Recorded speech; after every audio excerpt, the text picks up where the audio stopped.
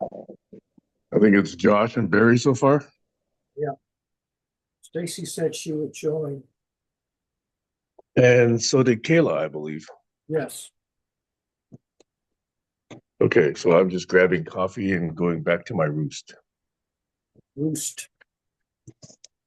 He's a rooster.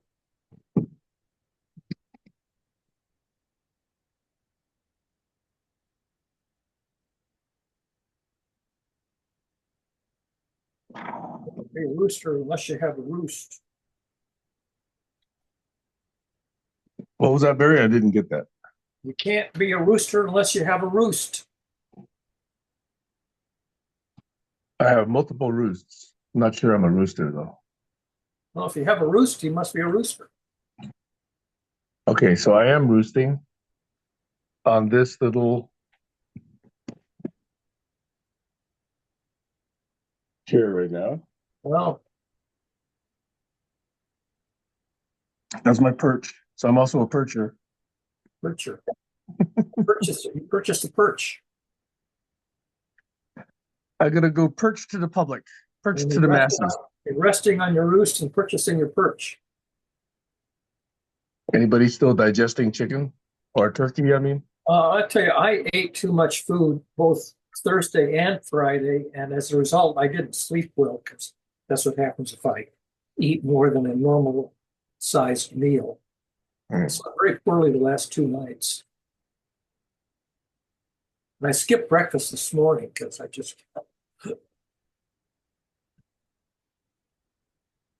well, actually, for years now, I know some people consider it a bad dietary practice, but I mostly snack during the day, reasonably healthy snacks, and then eat only one meal a day, oh well, usually early afternoon or mid afternoon. So that's usually what I try and do. yeah. I usually only have 2 meals a day. Oh, the second meal is kind of spread out over 2 or 3 courses that are gaps between them. Okay, I'm about to switch devices, so I'm going to drop off here and join there. I'll be back in a few seconds. Right.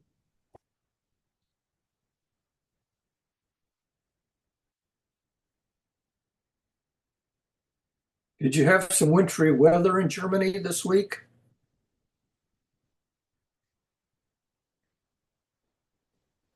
Are you not hearing us? Did you ask me? Yeah, I asked if you had some wintry weather because I know that in London they did. I thought, well, maybe you did too. Well, today it was very sunny and cold, a very special, nice way to go out into the countryside. We had also rain, but not really winter yet. Okay. Yeah, we had rain on Thanksgiving Day here Thursday. Oh, Stacy's here.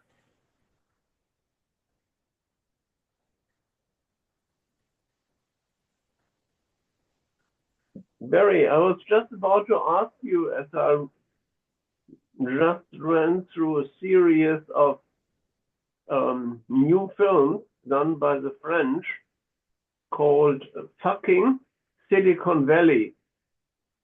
It is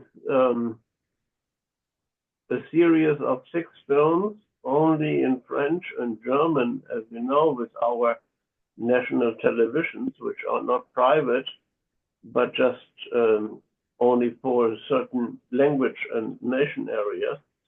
And it's very, very nice. And a very interesting name came up. Do you remember the name Mark Weber or Weber? He's Mark in Museum Silicon Valley. I don't recognize that name. Maybe Sam will recognize Mark Weber, but I don't. Is he associated with Computer History Museum? Yes. Yeah, I do know him then, yes. Weber, I think, with 2 B's. So it's a very interesting film. Maybe you should get a VPI client or so you can see this films in either in German, English, or French. but I don't think they have it all translated into English. But the original voices are either French, because it's done through French pioneers in the late 60s and 70s and 80s around Silicon Valley. And it's pretty new, and I think it's a very good insight to see it with a French view, not with me and the German view, or you with the California view. So I will send the link. Mark Webber was speaking there pronouncedly, but all the other guys around finance and history and the development from Doug Engelbart to Alto to all the history and how late Apple and Steve Jobs got into the game. Anyway, this was just on my desk last night, and I'm happy that you remember the name. And it might be of interest as you speak some German and French. So especially Sam, you might like it. I'm wondering, did they mention a book called What the Dormouse Said? Was that book mentioned? What's the name? What the Dormouse Said. In 2005, there was a book published by the science editor or technology editor of the New York Times. His name was John, I forget what his last name is. But anyway, he did a alternate history of PCs and computing going all the way back to the early Engelbart days and the early AI days. And that book was called What the Dormouse Said. So it countered the historical stereotype about Bill Gates and Steve Jobs and all of that. Okay. And see, today, those people are recognized as really promoting PCs, but really, collaborative computing preceded all of that. And Engelbart was at the forefront of that. Unfortunately, he didn't get the billions that Gates and Jobs did because he was working for SRI at the time. So his Yes. patent to SRI, he got a $10,000 bonus. And then Jobs and Gates, stole a bunch of those ideas and created Windows and Macintosh. And that's the history. But anyway, that is all documented in a book called What the Dormouse Said. Please write the name and the title in the chat, because acoustically, very often I don't get it. But if I read it, maybe it makes sense, or I can follow up on it. Anyway, I'm fully resonating and agreeing, because SRI and all these people around the early research before it got commercialized in the early late 60s, that is where really an holistic or overarching approach, you call it now in English systemic, but I think it's much more than systemic, where this critical junctions or leverage points have been missed or were not taken. Anyway, I didn't want to enter a subject. Let's exchange the two names, and I will send the link. Maybe you can even look French and German television one day. Yeah, if you send that link, I'll see if I can understand any of it. Maybe it's not good for you. You should stay to your British or US media.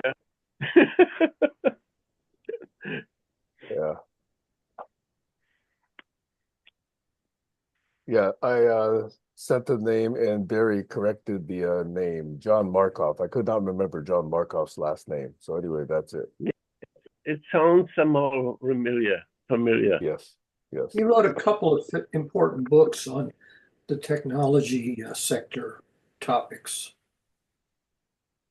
Hey, Stacey. That one book of his is the only one that I've read. I've not read any others. Obviously, he has regular columns that I've read, but the book that I mentioned is the only one of his that I read front to back.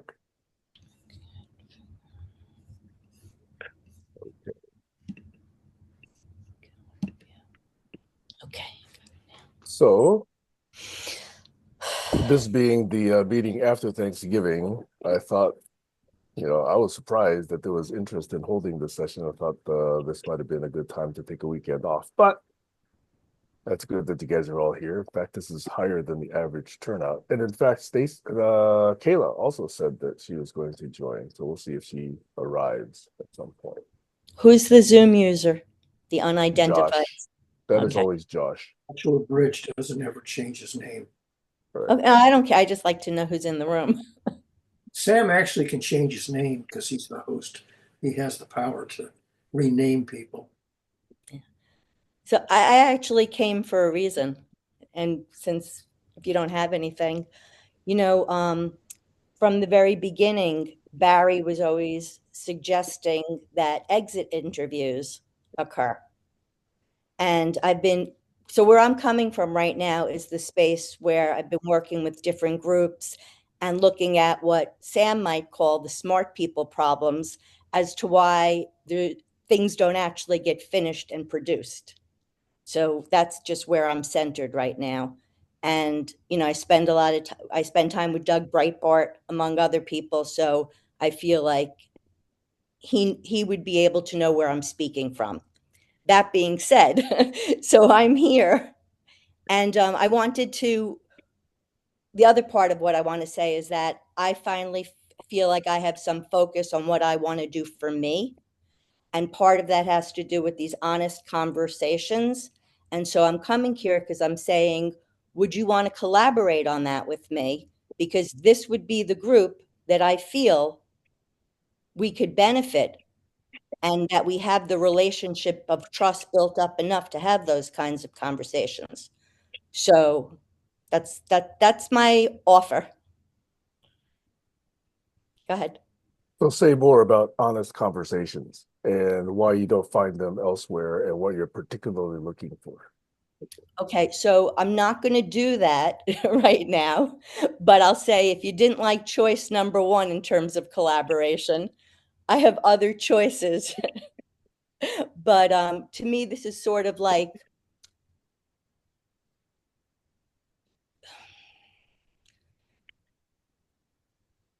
so you guys were doing the deep dive years ago, and I didn't have anything to do a deep dive because that wasn't what I was looking for or what I needed.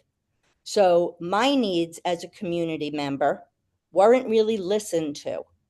And one of the smart people problems in the masculine spaces is that they're really not good listeners.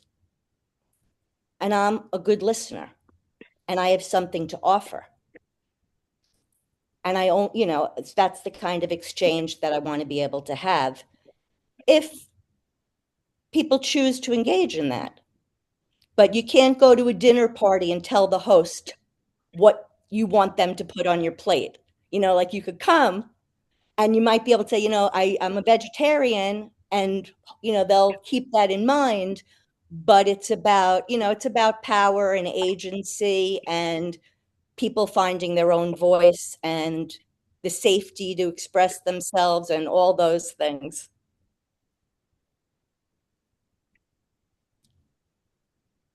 Would you mind, since I just noticed Kayla just joined, and I think she didn't get all of that. So would you be willing to say, Sorry. so Kayla gets that? I was That's stuffing my face. Hey, Kayla. Hi. Hi, Kayla. No, that's actually perfect. How about this, though? How about Sam, you say what you think you heard, and then I can correct you or fill it in or edit or whatever. Okay, here's Pull what I up heard. the companion. Get the summary. Well, this is the dumb eye companion. Okay, so this is what I heard was you're inviting people to join in something you're calling honest conversations. because years ago when we were doing deep dives here, you didn't felt that that was a format that applied to you. But now you would like to invite people to engage in something called honest conversations, because what you have found is in most of these conversations, especially mostly men, that men are not good listeners. And you want to actually have and create a space where there is better listening taking place. That's what I heard. Okay. So a couple of slight tweaks, and then I'll ask if anybody heard anything in addition. Because the whole thing is we want to add every possible thing. We don't want to miss anything. So the slight tweak is I didn't say men, I said rooms with a lot of masculine energy, because women have masculine energy too. Men and women have both masculine and feminine. But in its a toxic male energy has a toxic female counterpart energy. But yes, I don't think that in the male energy dominated rooms, the people are usually not very good listeners. And it is kind of a smart people problem. So that, yes. Did anybody hear anything in addition though? Because there's more in addition. If not, I'll fill it in. Barry wrote in the chat. Do you want to read it, Barry? This is from the AI companion. It's just the 2 bullet points where you were speaking. So AI companion says Stacey joined with a specific purpose, proposing collaboration on a quote unquote honest conversations unquote, and discussing quote smart people problems unquote in group dynamics. Stacey emphasized the importance of listening and expressing interest and having exchanges where people can find their voice and express themselves safely. Wow, that was perfect. So, Sam, in this case, the computer gets a little bit of a higher score than you do. Just a little bit, but you did really good. I have no problem with that. All right, so I'm done. That's my spiel, but that's what I'm bringing. And So I'll are you what? setting up a schedule of such conversations, or are you inviting that we take them on in this particular forum? Well, I'm doing a number of things. The offer here in this particular space is I'll just keep coming and we'll just have conversations like we always do, and we'll figure that part out. Separately from that, I have a different approach for the different audiences that I work, or not audience, whatever word you want to choose. It's a different approach. But I do want to share, going back to the Barry exit call, if the one takeaway that I do want to share is that back then, when everybody was doing the deep dives, I needed I needed a climb up. As a community member, I had stuff inside of me. And what I needed, the kind of support I needed from a community, was something that would enable me to get these bits of wisdom or chunks of wisdom, whatever metaphor the group wants to use, something that would enable me, and which connects to what I see with a lot of people in the tech sphere, is that they're trying to develop this user experience, but they don't listen to what the user wants or needs. So that's the parallel. Let me jump in. Thank you. Stacey, long time no see, happy. I'm fully resonate with what you were saying. I would only like to add, you see, we've been struggling with conversations now for decades, and we came to what Anna Lind said, we need encounters, not just conversations. And these encounters are very difficult through the internet or video conferencing, but I think that should be our star high goal. And this evolution from hot seats and grilling and whatever Tammy did to me, I mean, it was a very interesting step on the way, but I also felt like you, this is actually what I'm not here for. This is just the one-on-one or two-on-one, and not really taking on a higher stand to see and learn and carve a joint positive action out of this? So I have a clip from Sam in the testimonial that PKE made for me. And I remember him saying, what Stacey wants to do, and I might paraphrase slightly, so Sam, you can correct me. What Stacey wants to do is bring in her own gifts and strengths to add to this collaboration. It was something like that. And so I'm bringing that up because Heiner, the reason I'm coming here and saying I'd like to collaborate and asking for permission is I have something different that you haven't seen before, where I have artifacts that I've put all over the internet, whether I use Facebook or mail, and things that have happened over the past 6 years. So for example, I'll share this because this is an interesting story, unless somebody else wants to check in first. I keep going. Just tell me what PKE refers to. It was practical knowledge ecology. Sam, is that what it was? That's mostly it. Yeah, I think so. Either the ecology or ecosystem, one of those words. The point was it was supposed to be like a management system. Is that correct? Which I didn't understand back then, by the way. Yeah, Nobody. I think this was Lauren and Charles's name for what they were doing. No, it was before Charles came. As far as I know, it was before Charles came on board. Because when I met Lauren, it was right after you had met Lauren, and I was doing the barn raising calls, and it was the PKE grew out of the barn raising calls. Yeah. But here's the thing, and that's my point. I have this the way Jerry has his brain. I have all of these events in my brain, so I can bring up these written conversations or these calls, and I could weave them into words are charged. So I use initials instead of words. So I would say LP, because an LP could be a record or an LP could be a lesson plan. I have my own ways of creating LPs.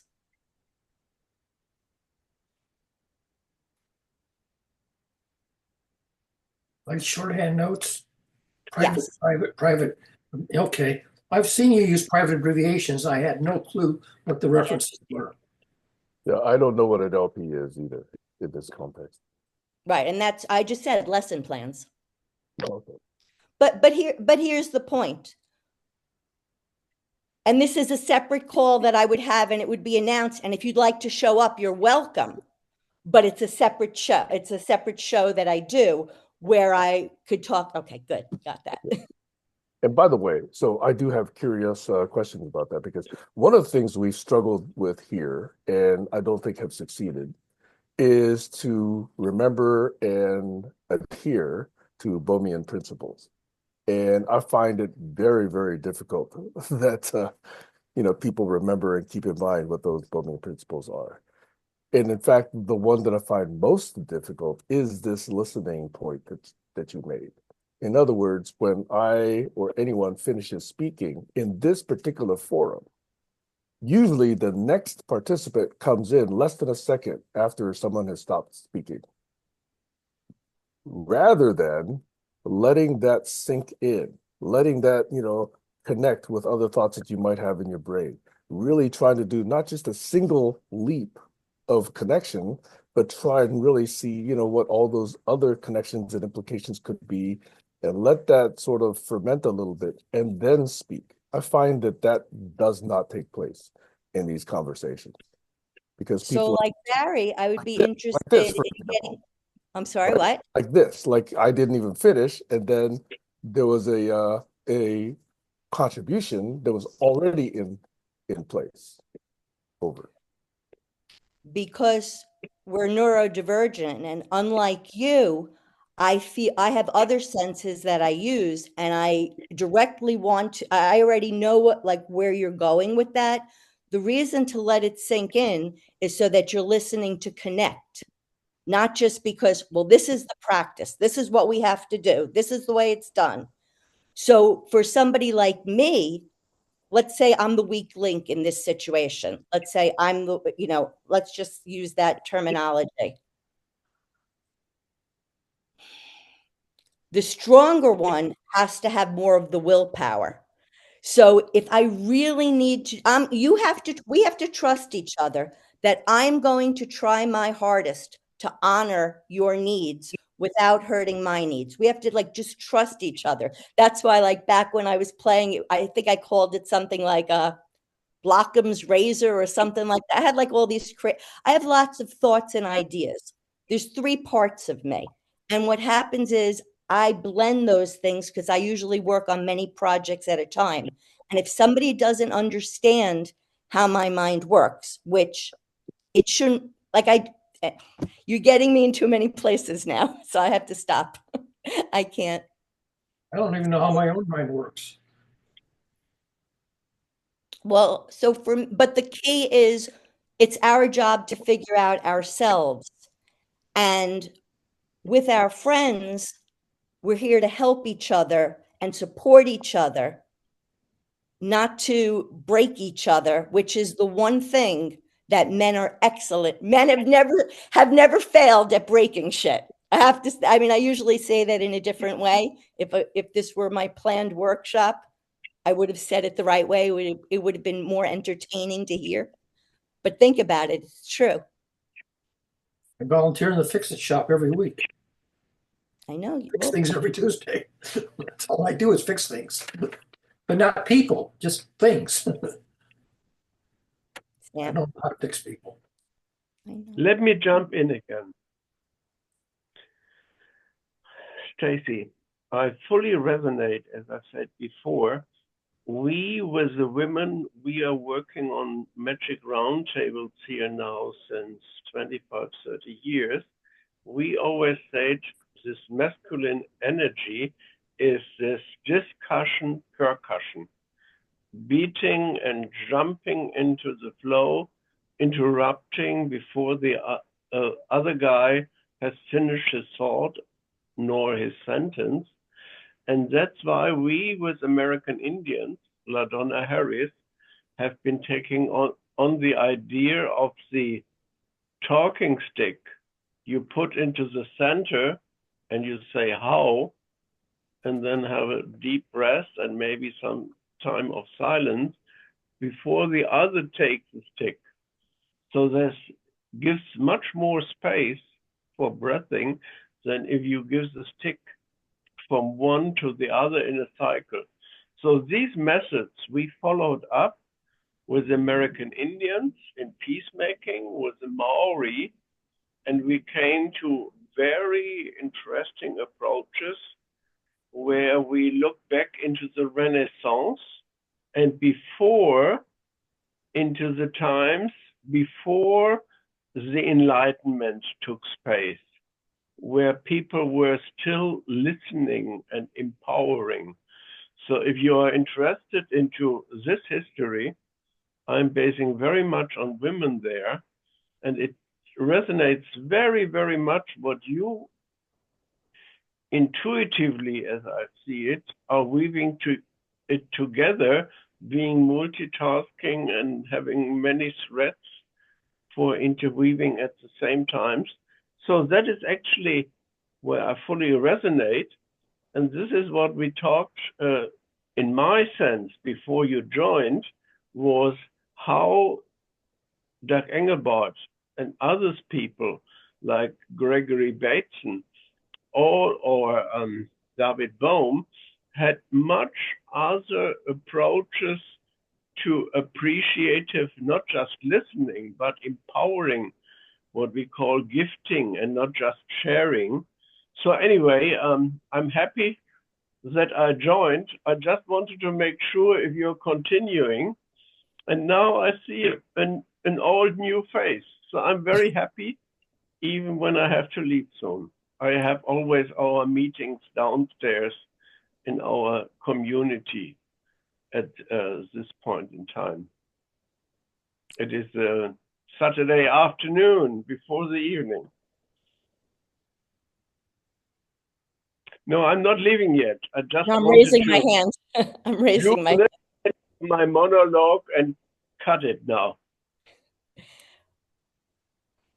Take a breath. So to connect back to Sam's point and to use this to illustrate something. And this is where the honest conversations come in, which can be emotionally uncomfortable for me as well. So I'm prefacing that I would ask you, even though I have assumptions made, I would ask you what motivated you for that monologue you just gave us. Like, what were the real, and it could be more than one reason. One, you expressed appreciation. So I want to thank you for that because I heard that. And I also heard a possibility of inviting me to something you think I might like. And I appreciate that. Was there something else? Because that was a lot of words that could have been, thank you very much. I resonate with you. I appreciate whatever it is. And if you're interested, and that could have been like a few sentences. So what I say to all of us, myself included, why am I feeling called to say what I'm going to say? That's a question we need to answer for ourselves. Thank you for listening.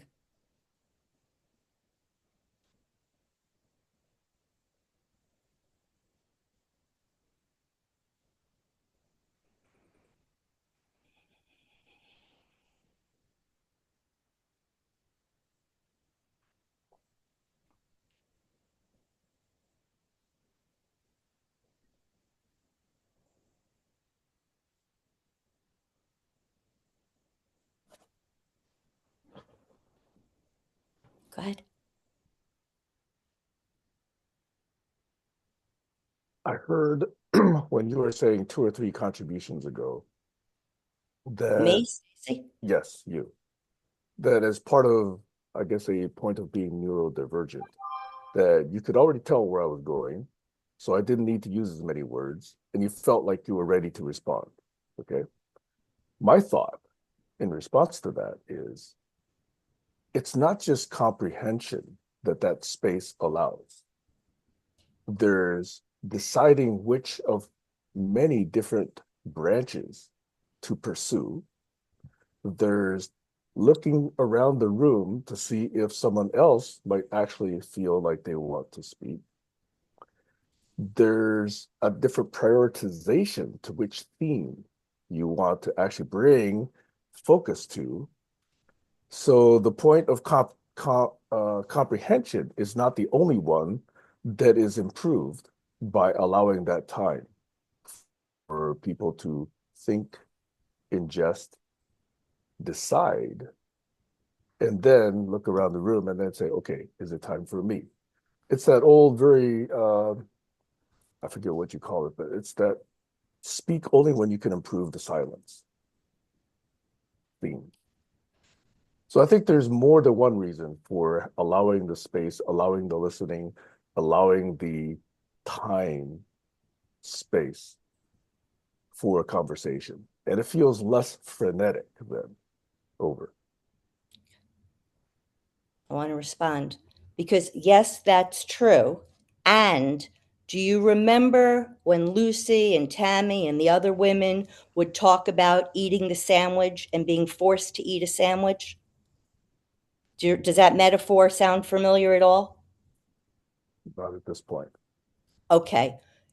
Maybe if those exit interviews were to have been conducted, you would get feedback that works along that metaphor of being forced to eat a sandwich. So all of your insights are correct. I'm really not wanting to eat them. I have my dinner I ate already. I'm coming with a nice full stomach and I'm here, if you want to share dessert, I'm here to be cordial. But I spent years in this space and you know how hard I tried being here. And the environment was toxic for me. And I'm not doing it anymore because I'm now moving into my divine masculine energy. where I'm more imbalanced. And since I'm on the subject, I don't want to miss the opportunity to say something about Barry. Because when he says he spent his whole, how he volunteers and all that, on an energetic level, I have always felt that from him. That's what made me love him. That's what drew me to him. Unfortunately, our differences in interpreting emotions, even though we're on the same like knowledge kind of track, we needed an adapter. We needed an adapter in the middle, which, by the way, Barry, coincidentally, I was in touch with Jen. Well, Jen reached out to me because she's doing some work. And anyway, those things are connecting. That's a whole nother story at another show. But I wanted to really say something appreciative about Barry and who he is. Yeah, more often than not, I end up working alone. Say it again.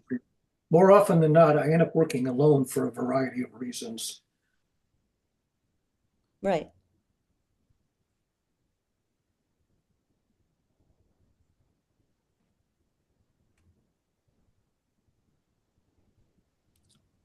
So, Sam, I'll also share with you that one of my other workshops would get into this emotional work. But that's with people that know what they're coming for, because it's really about labeling the container in a way that people know what they're getting into before they get there.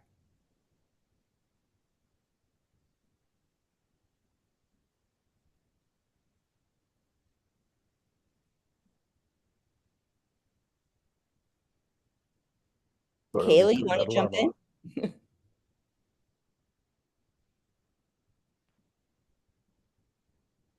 Sorry, I was in transit with my laptop. There's a lot to be processed over here. I've been listening to you, and it's been really refreshing. Oh, thank you. So thank you very much. I've considered what you said, and there was a time where I took a break from the GCC. And I wouldn't necessarily call the environment toxic, but it just didn't give space for my voice. In fact, a lot of meetings I go into don't really give space for everybody's voice. So, Heiner, I messaged you and asked you if that meeting that you were talking about was over Zoom, because I'm interested as well. If it is an invitation, but if it's in person, then we've got limitations here. And it's unfortunate because many people tend to assume the silent ones have nothing to contribute or no interest whatsoever. But if you give them an opportunity to speak, then you'll find there's a different world there. There's a meme I saw once said something about how introverts are often asked to speak up, but extroverts are not asked to shut the fuck up. Yeah, I love that. I love that. And it's disheartening too. Anyways, I digress. The reason why I come back to the GCC often is because sometimes there is, or oftentimes there's learning moments in chaos. Oftentimes there's learning moments in just observation. And sometimes I just don't have the words to articulate, and I do just listen. Listening is what I personally do best because of my cultural background. And I am happy, Heiner, that you are engaging the indigenous and the natives, because that is a part of who those groups of people are. And even to further that point, it's unfortunate too what happens to a lot of indigenous cultures, because more often than not, aside from all the genocide and everything that happens to them, unfortunately, when there is a treaty that's made, usually from, let's say, like the United States, that treaty is broken, and their own treaties are broken. And I don't know. I just wanted to point that out when it comes to the indigenous people. So there is a lot of mistrust in communication. And I think if we go back to something as simple as the talking stick, something as simple as the talanoa, I think we'd get a lot more balance of energies, if you will. So I'm complete. I think you mentioned Talanoa. I think this is how we met. This was this Polynesian approach. And the whole cultural approach, how the salon was done, how indigenous people were to appreciative meetings when the best meetings were when nobody had to say anything. This is an experience I do since the late 80s, with Farah since the mid 90s. No, it is not a single Zoom session. It is something where we just presented a history with the entrepreneurship labor, then summit for 20 years. Now the private salons to really empower this feminine and masculine energy. And we did it just a few weeks ago with a little boy, I think 16 or 17, being the moderator, because our culture is not really able to sit back, to subsume and resonate and listening and just doing this discussion percussion thing. So anyway, if you're interested in that, I would like to bring two ladies I'm working with since many years to do it with not just circles, like it's a spiral. It is like a circle of many tens or hundreds of women to really come to this appreciative, large scale dialogues. And it is a little sister of the open space with Harrison Owen, which is well known, but it's again segregated in certain breakout sessions. We try to really bring in peace dialogues many of these voices in, and then going into deep discussion of the root causes and the deep drivers and the blind spots. All this is nothing, Kayla. No, you're totally wrong. This cannot be in a Zoom session, but it's maybe something which the groups Stacey is about all could very much join in, and we come to this listening and empowering and gifting, and not just I have an agenda and I have my Heiner, elbow. Heiner, did you hear what you just said? You said, Kayla, no. You're totally wrong. That's what you said. That's what came out of your mouth. You said, Kayla, you're totally wrong. Did you hear no, yourself? I didn't. No. We have the videotape. Yes, I did hear that as well. That. I did hear that. I was slightly offended. And then I saw Stacey's reaction for several seconds before she interjected.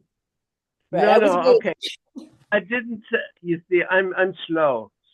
I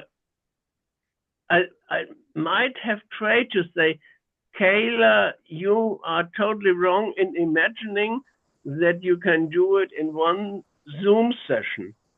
I'm in a whole fully with you, and I love you, Kayla. So there's nothing you are wrong.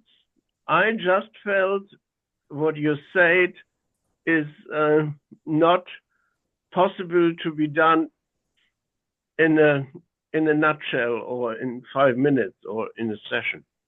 But then I'm going to interject. Yeah, I'll let you. You can do yourself, Kayla. Go ahead. That command of your language. Well, I totally understand that there could be a language barrier here, but I wasn't asking if it was just one Zoom session. I was just asking in general if it was done over Zoom. So. But I want to say more than that, because I want to still push back and say what makes you think that you know beyond a shadow of a doubt that nobody in the world could make that happen in one Zoom session? Because I'm telling you, in real life, when I was a substance abuse counselor, after one session, only one, there was already a pretty strong piece of relationship. And I had gone through groups and groups throughout the internet to find the right space. And I can tell you, I believe, and again, it's a challenge, and I'm willing to try and, prove the challenge, which is, I feel like I've been trying for years to say, please see me, please understand, please know who I am. I'm not going to do that anymore, but I just want to point out that for anyone to ever say, you're wrong, it's impossible, that's a block. And I just want to make you aware of it, because it's about becoming aware of what we say, and I'm not always, yeah, I'm going to not get into my own shit of how hard it is to just be so straightforward and blunt, but it's what's called for. And I think that's what David Bovell was trying to bring out when he worked with Tammy.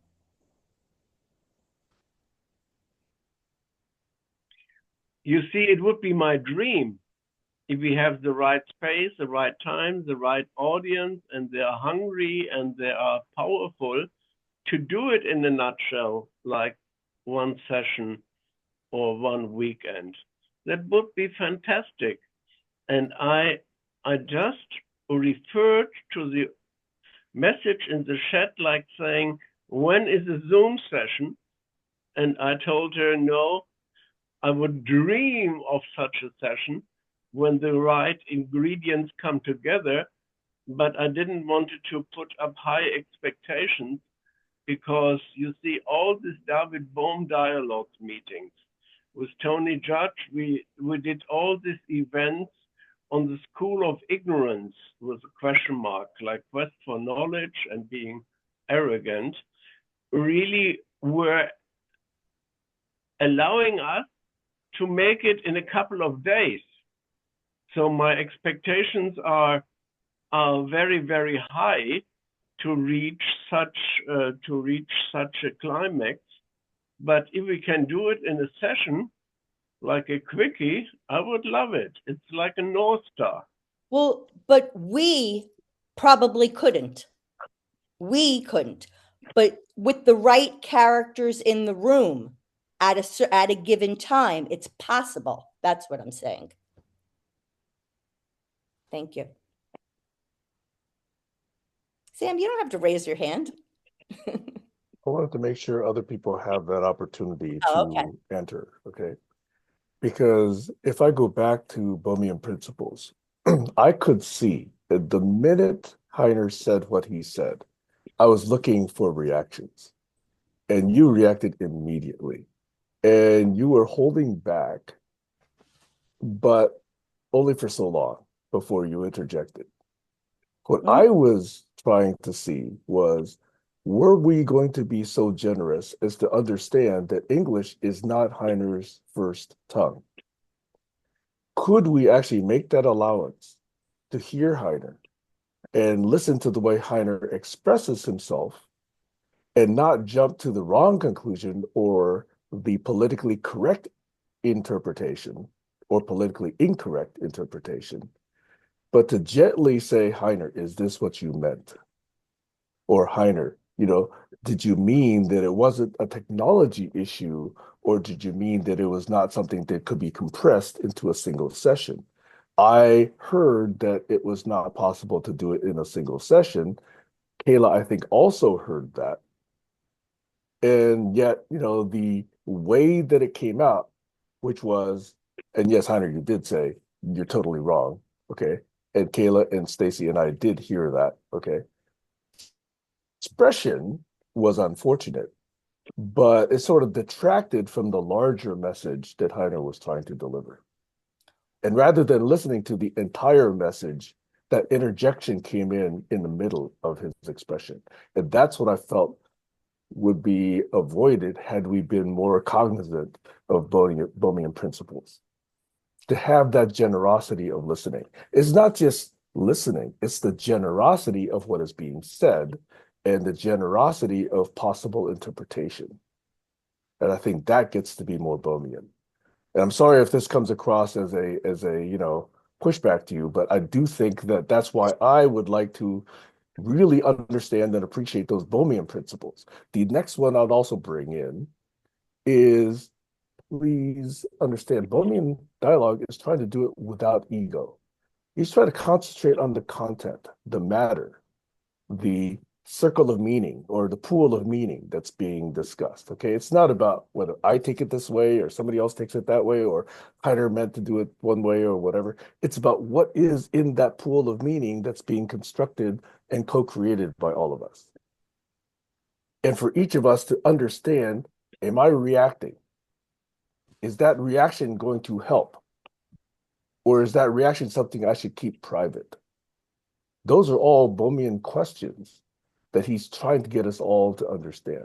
That's my interpretation, by the way, of Bohmian principles. Over. You see, it is Bohm. Can and I, also before I forget, I'm sorry, with the Heidi. you, they, and other have to come together. I find the whole clarification very good. Thank you, Sam. And I think it was very helpful that you immediately got to this point where you can't agree, because this allows for clarification. Otherwise, we would have brushed it over. But for me, it was very helpful that I have to watch my words and not be so short and tight as I feel in the Zoom sessions, because it's not really a Begegnung. It's not really an encounter. And it's a conversation where we are all in our sweet isolation. No, anyway, I had to jump in as I have to jump out. I find it very helpful. And please always correct me if you don't agree with me, because that is a chance for me to learn. Thank you for saying that. And Thanks, Heiner.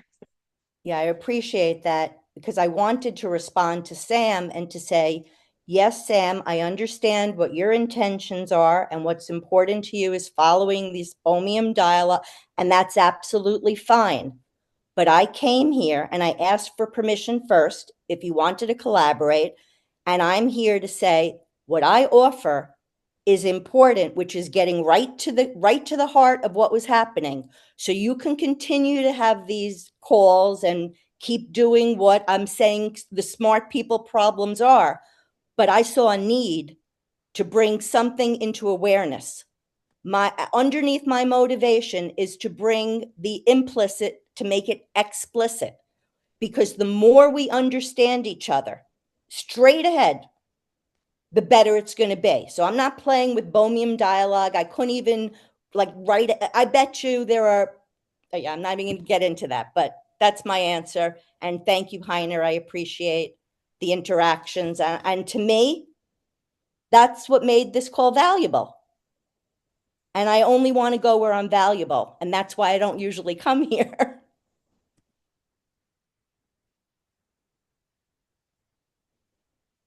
I did appreciate. Bye-bye. Bye-bye. Bye.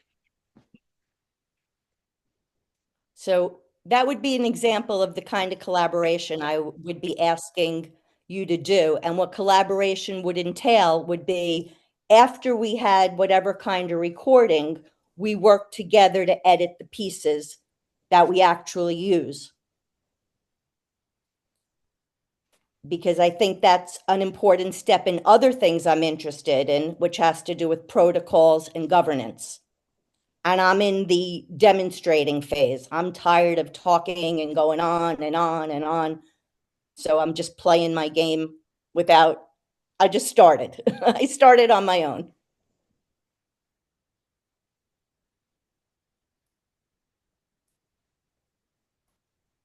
Stacey, I just want to point out that I really like the way you said masculine and feminine energies, because it's more inclusive.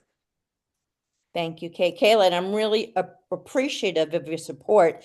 And when I write my schedule, I have every intention of sending you an invite because some of the workshops I think you might really like, and I would love to have you there. So I just want to put that out there. Oh, thank you. I'd be honored. Send it over. Haven't written it yet. It will be on Wednesdays, that I know. I also put in the chat that I love how you said that it's difficult to be blunt. And then pointing out something that's uncomfortable. And I do appreciate the space that we're in currently because you are being allowed to say something blunt without that obvious pushback that, other spaces might give. So I really wholeheartedly appreciate this space at that moment. I think if more people had practiced being reciprocal with direct conversations that have nothing to do with hurting anybody's feelings, I think we'd be better off. The interesting part about that, and this is, if anybody, this is the emotional side of it. Barry, maybe keep a half an ear open. But so, like, I know I have to be blunt. And like I said, it's difficult. So that's like work, like internal work that I have to do elsewhere. I can't do it here. But part of why, just to point out the contradiction, it's almost easier for me to do it here because I can be aggressive because you're like family and I'm pissed and it's like I'm like fighting with my brothers or whoever, and that's because there were 4 years prior that we developed these relationships. So that's why for me, this is almost an easier, it's like the energies are matched. If I'm combating arrogance at a level of 8, I can come out swinging at a level of 8 or 7, and I can practice being more gentle for when I'm with a level 3, because I'm not always so good like that. So it's we work our things out through relationships, and we're always matched to like the opposite. So I try to stay at a 5 or a 4 or a 6 where it's like not so hard, if that makes any sense. But that's a different workshop, so I won't get into the math of it.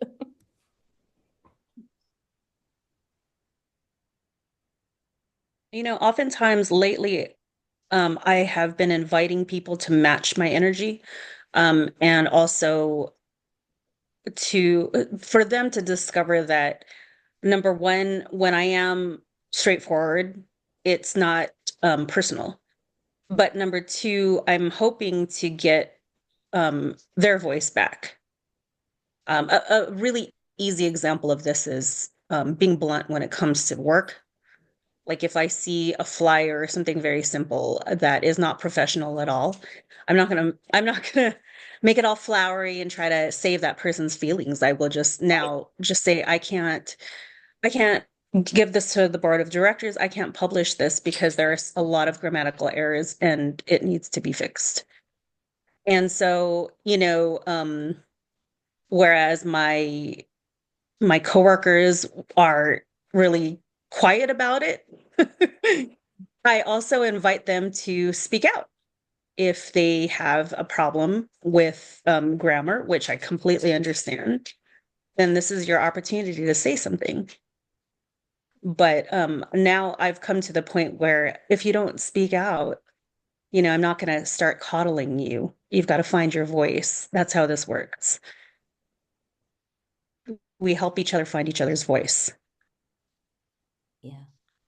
So I have to say, in our calls, I have never heard you be like I've never heard you be like blunt in a way that's offensive on these calls.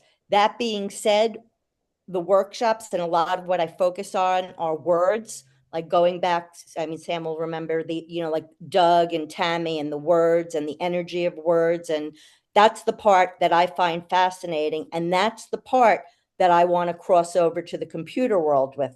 There's been a message that I've always wanted to get in.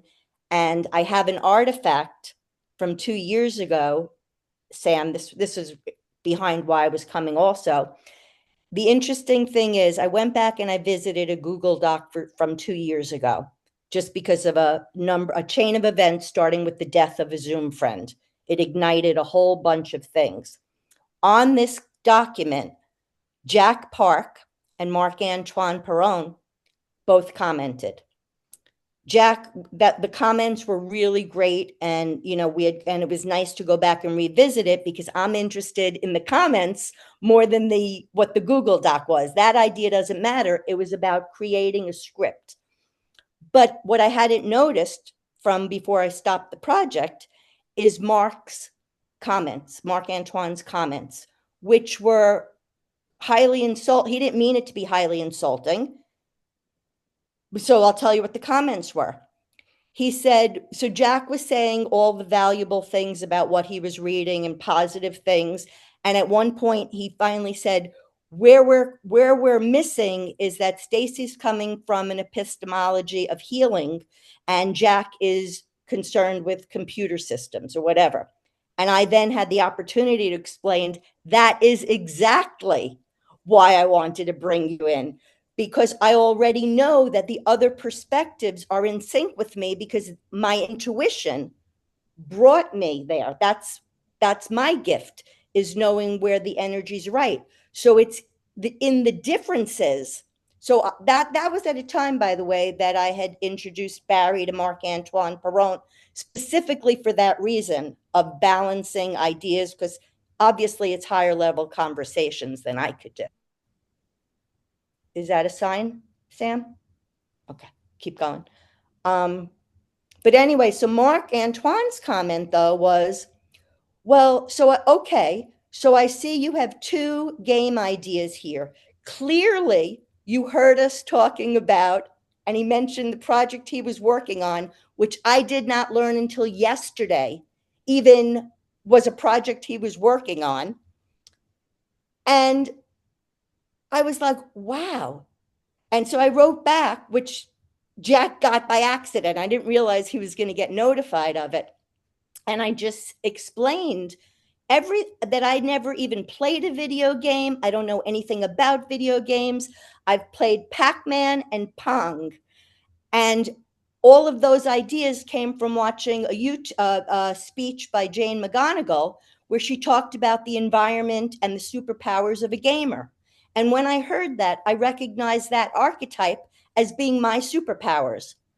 And I was like, oh my God, this is like awesome. And that's when Barry told me that Jane had a twin sister who's a psychologist, and she was also a redhead. And all these synchronicities clicked in, which, as you know, I love synchronicities. Or maybe you didn't know. Now you know.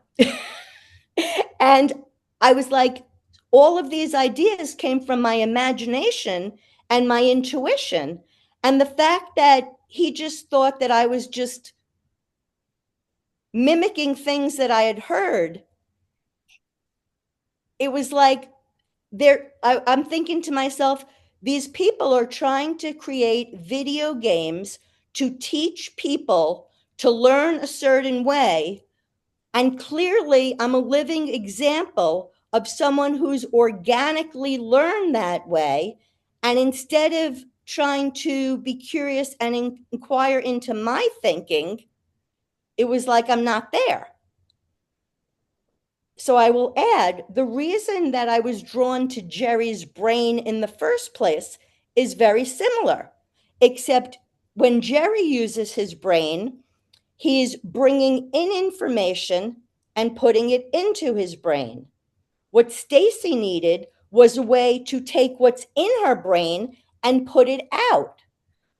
But the tools that get developed for supposedly people like me, the consumer, the client, the customer, aren't really hearing what my needs are. They're designing for the way they work. And that's what I have to offer, because I have something at the crossroads of human and computer.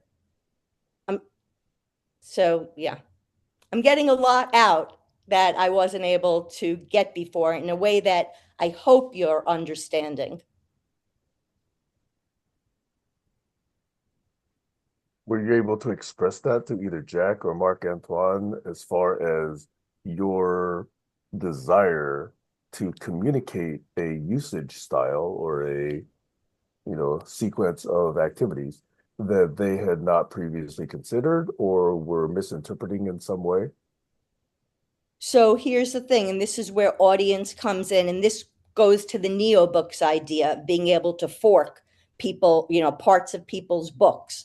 For me, it's about forking certain things, usually coming in from the video, and then I can fork the pieces that I need for each audience. So I was able to explain it to a different group I'm in, where Doug is a part of, and those three men understood totally. And we're in that particular group that that's like the most organic, radical, blank page kind of where the protocols are the least possible protocols, the least number of rules, and not written down. So that's one group I'm in. My intention, if you were going to say, yes, Stacey, I'd like to collaborate with this kind of thing, I would actually bring Jack in and have that conversation. The conversation with Jack was different. That's a more factual thing, which I was able to explain to the other people how that's exactly why I bring in certain people to fill in for the perspectives that are missing, or to, so when I don't want to get too much into my journey because that's a different workshop. So I want to stay targeted because not everybody in the room is interested. And I want to just give the pieces. I don't want to make people eat the whole meal when they come for a bite. As far as Marc Antoine, I hope I'm going to see him on Monday, and I'll do it in real time in that particular group, knowing that relationship within the group members, because the members add to the energy of the group. And the trust that's built is part of the ingredients in the equation. It's about the math. So I no longer say, do the research or get the facts. I say, do the math, because the beauty of the math analogy is that the equation changes based on the values that you put in. And that leads to choice. So I might put in different values and get a different number. You might put in different numbers, get a different number. And that will logically explain how we could have two totally different possibilities and still not and still not break the rules of, the laws of science. Does that make sense? Yeah, I do hear what you're saying, and I'm trying to connect the things in my brain with what I just heard you say. So that's why it's going to take me several seconds to actually, come up with a response for that. I can do I so, don't, but I want to make sure other people have a chance to do that. but I just want to say one thing. I'm not necessarily asking for a response. Of course, you're welcome to give it. The only response I'm asking you is, does it make sense? And I'll tell you why I ask that. Like to Kayla, which I think it may not have made sense, or to somebody else, it may not have made sense. And that's why I'm saying it to you, because I know that we're both speaking within the same frame. So even though it's going to take you time to connect it in your head, I just want, for the record, for people that may or may not get it, to know, yes, I hear what you're saying, and I want to think more on it, but I still want to feel like validated, like it doesn't sound like somebody else would say, what the hell is she talking about? Like, what kind of babble is that? So that's the response that I need that would be supportive to me, is to just say, yes, it does. Or if it doesn't, say, I don't know, I like to indicate in some way, no, Stacey, it sounds like you're not with it today. May I? Yes. See, this is classic because you've used a frame and a number of words, which I don't usually use, but in a certain construct in my brain, the ones that I do use and the ones that you just use can merge. And in that way, it does make sense. Okay. But to actually confirm all of those connections and all of that alignment take some confirmation. That would take, multiple different paragraphs of conversation. So I could say, yes, it makes sense, given that I've already made those connections in my brain. Or I could say, well, it will make sense if you agree that all these connections, and then we list the next, 20 or 30 connections, okay, and we verify that that's the case. And then I can say, oh yeah, that definitely makes sense, right? So there's a different way in which I could say, yes, it makes sense. I could say, yes, it makes sense because it's possible for me to do that mapping. Or I could say, no, it doesn't make sense because I haven't done that mapping yet. Or I could say, yes, it makes sense given that we confirm these definitions and alignments and protocols and whatever, but that would take a lot more time. Okay. So I could Or there's another assume that we choice. could do that and then say yes. Okay. But then that would possibly mislead you because it might actually make you think that I understand you deeper than I actually do until we make those aligning confirmations, if you follow me. I do. Over. And I do follow you.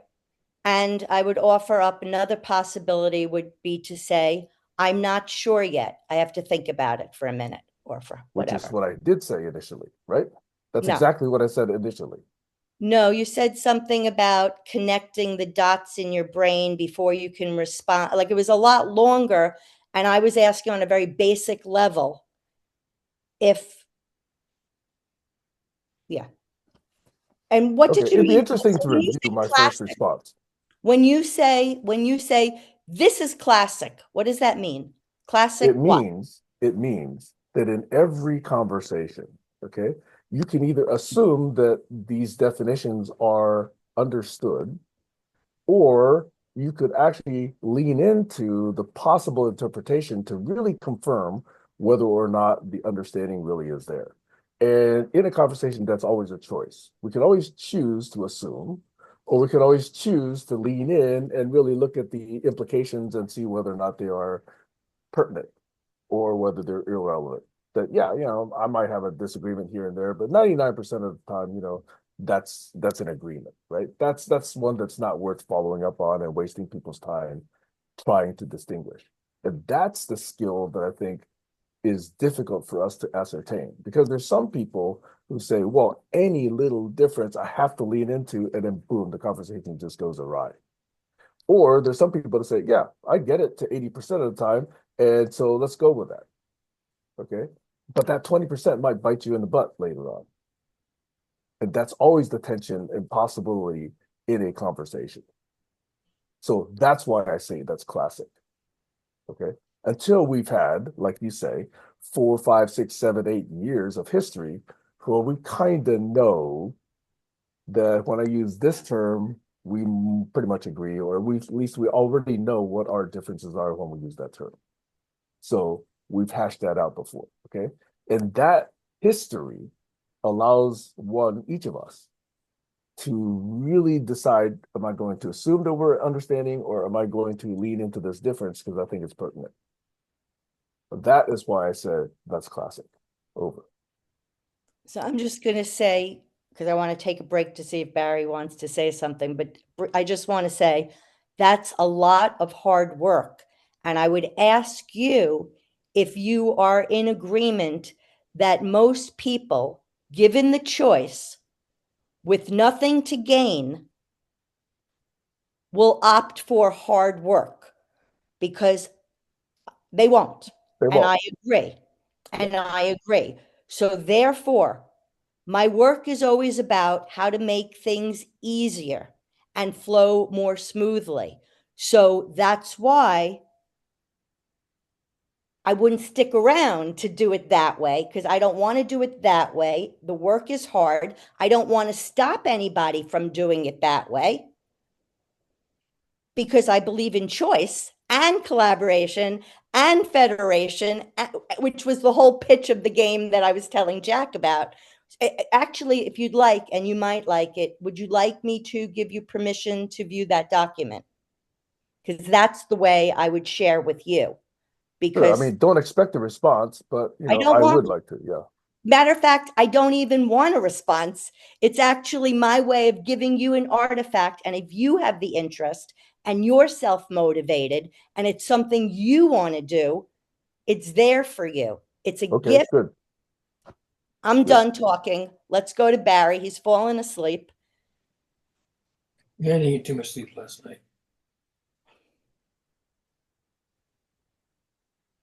I ate too much food yesterday. Oh, did you have a good Thanksgiving? Or Yeah, 2 days ago. well, but last night was Dungeons and Dragons, and that's also too much food. That's good. So 2 nights in a row with too much food and not very much sleep. So I overeat, I can't sleep. A lot of people aren't sleeping. I woke up and I looked at my clock and it was 4:20, which gave me a good laugh because I just restarted the Marley project. Do you know what 420 stands for? In That certain contexts, yes. that the marijuana coat date. Exactly. So the connection between Marley and waking up at 4:20, Barry knows that I like those fun connections, which, yeah, anyway.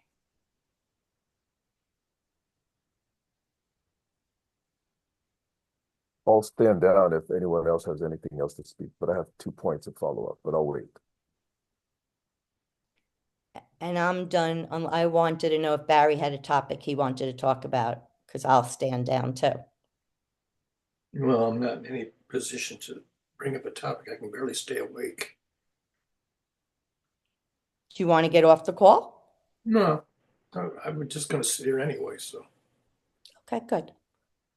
All right, so yeah, Sam, well, Joshua, do you have anything to say before me and Sam make it the Stacey and Sam dialogue?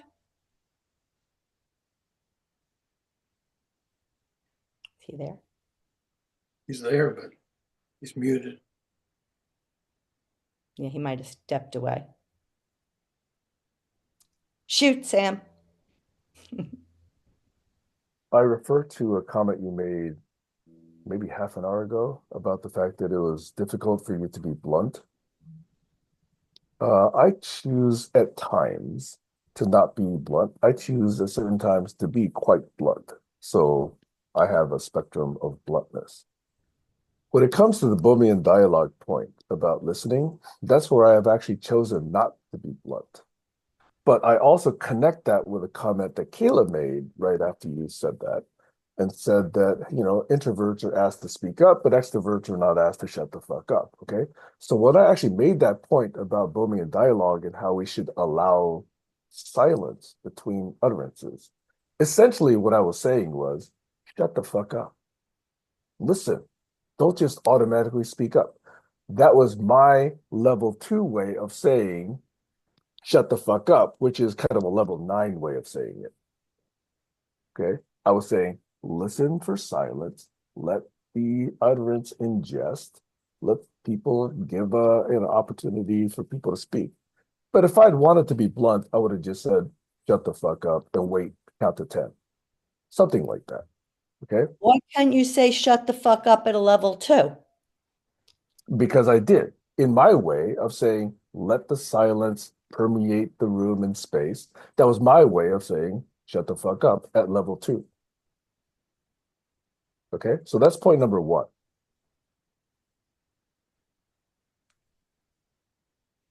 Okay, Should we address one point at a time?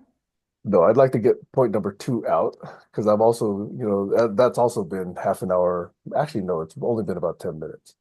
It's a totally different point.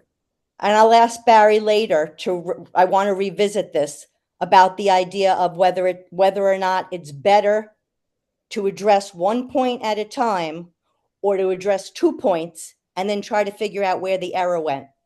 But we'll save that for another conversation. Go ahead. Yeah, we could choose differently. We haven't worked out that protocol. Okay. Mm-hmm.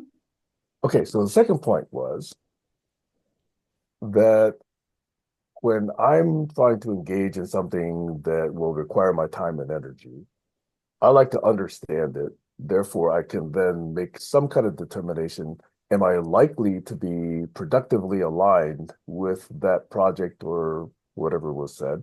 Or am I likely to mislead someone because I don't understand something? Okay. So in some of the past games that you've invited me and others to, you've actually introduced those games with a lot of new terminology, like, this game, that game, time's Right. up, et cetera, et cetera. Okay. Right. And I didn't understand a lot of the terminology, a lot of the rules around the game. So I didn't feel that I could productively engage because I didn't understand all of that. Okay. And I think you were looking for someone to just jump in and sort of explore and derive the meaning as the game progressed. Okay. That's my interpretation of the invitation. Okay. But I was just saying that I was slower in engaging in those games because of that ambiguity that I sensed and that lack of understanding. And that's why you didn't see me jump in with all 4 feet. Okay, I just wanted to explain that. So those were the 2 points I wanted to make. Well, thank you. Thank you for the second point to try to let me know, because as it will affect my emotions and all that, I really appreciate that. Well, I don't know which one, to the other point about the first point you made, I would say to you, do you expect everybody else in the room to accommodate your wants and needs? No, Because I'm just that's, making a point. no, I know, but and I'm just bringing out that I hear what you're saying and I get it, and that's how you operate. So it would be better for other people that operate similarly to be on that team with you. For somebody like Absolutely. me, right, Yes. and that's all I'm saying. Yeah. Is Because this one interjection, because I think you do find interjections useful. Because this group, and I don't remember whether you were part of it or not, but we've discussed Bohemian Dialogue many times before. And almost every single time the group says, yes, let's try Bohemian Dialogue. So that's why I was saying we have difficulty adopting it. If the group had not ever said, let's do it, I would never have brought up those points. Oh, Yeah. David Bohm had difficulty adopting it too. yeah. so what I want to share, because it's taken me all this time to figure out how to work this machine.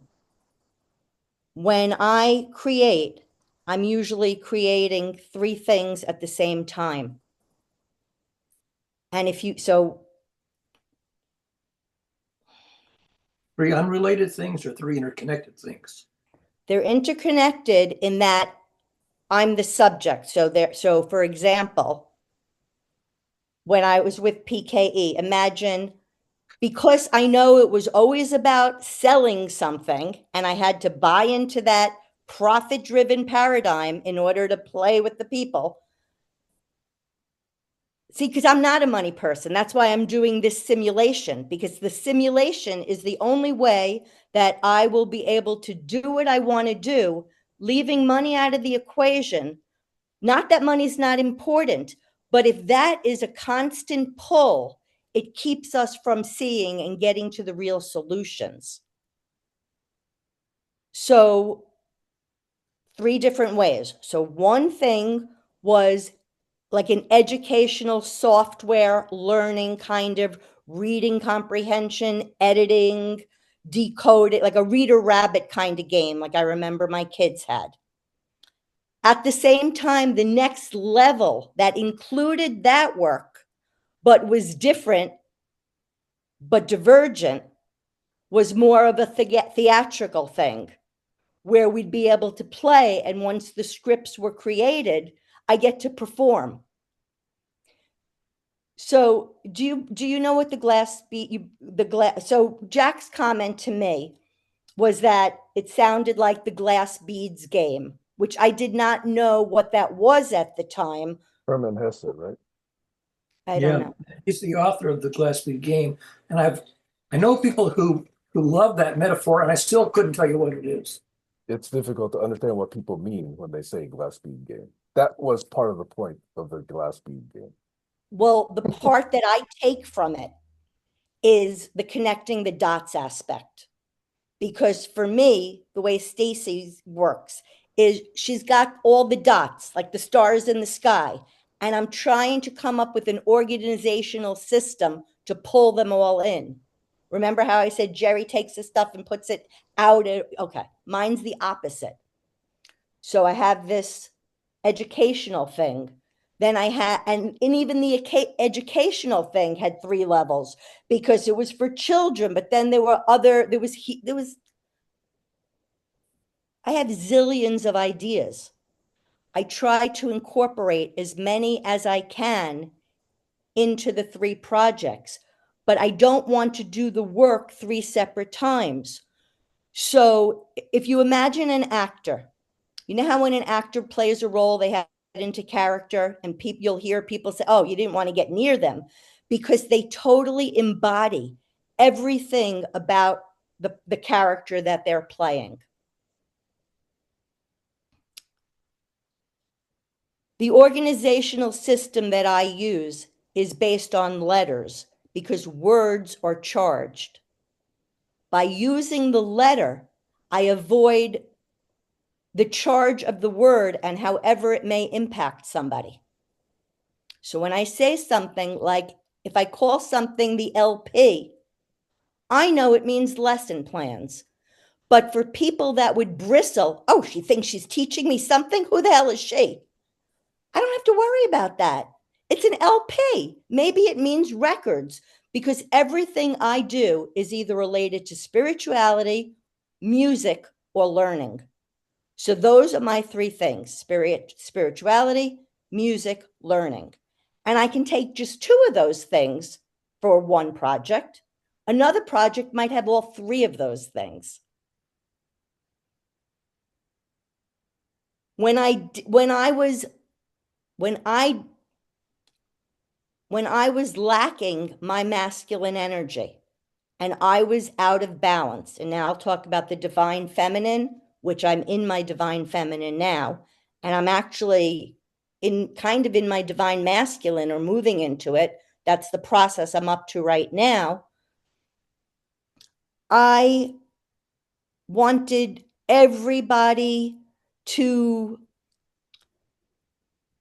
what you guys didn't realize, or what I felt you didn't realize, is that within this design, I had carved out a space where I imagined each of you were going to magnetize to, where I believed that you'd be at your happiest. Having known you and listened to you and my unique gifts, I felt like if I was drawing a map, and if it's a stage, let's go back to the acting scenario. I was writing the play so that when the curtain opened, everybody would know where their places were based on their true joyous nature. And again, it was an experiment. You need conversation. And I'm not saying I would have gotten it right totally, but that's why my game was based on choice. And that's why I was very particular with certain things, because I knew early on I needed to be so precise and specific, because if one little thing was off, the whole thing, it goes down. All the dominoes fall. The idea of the Marley world, or the Marley project, or whatever it's before humans need to put their protocols onto paper in a contract. Marley represents like the animal kingdom. Even before humans, Marley and I had a contract with each other. Was it a written contract? No. But we followed the golden rule. We had a whole.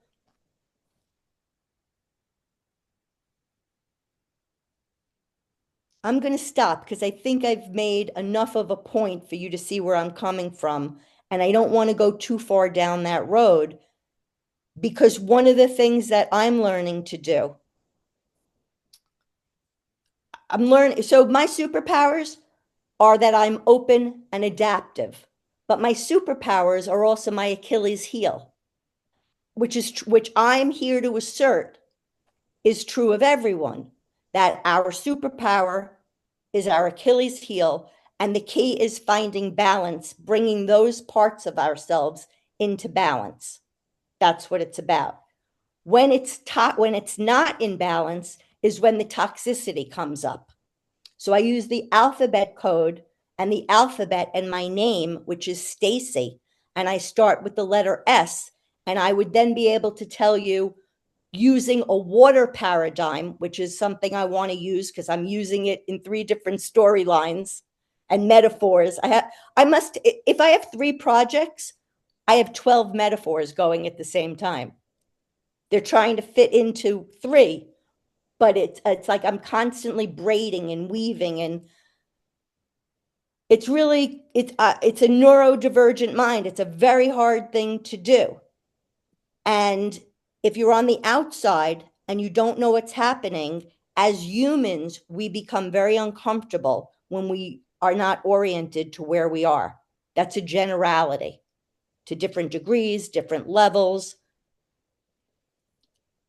I'm trying to heal myself without hurting anybody else, but I had to learn to put up strong borders and boundaries because I was the only one I could count on to protect me. Not that people didn't want to or may not want to, but when we're in relationship with people, we're each battling our own things. It becomes very difficult, especially the closer we get to each other, to self-regulate and help somebody else. That's why it takes a community. So if the community is trained in the same way, which is what I do, which is the role I serve in the other group that I just told you about, with those 4 particular people, then the 4 of us can help each other in a language we all understand. And my long-term goal is to be able to teach that language to whoever wants to learn, because I believe that was the gift that I came in to help do. And it's not me alone. Those before me have seeded everything here. So when my friend died, it was as if he passed the gauntlet to me. He's not gone. He went on to the next cycle. And now with AI and all of his works, he can still be with us. And and in that space, not everywhere else, but in that very sacred space, he will always be with us. We love him. He is a member of our tribe. To paint a more theatrical picture for Barry, I used the song L'Adore Vidor. You know that song? The Hebrew song. I don't know if I remember what that word means in Hebrew. I used to know it. I don't remember either, but it's about holding the chain, maybe something about a chain. I don't know what the words, I know the lyrics of the song, though, that I could say.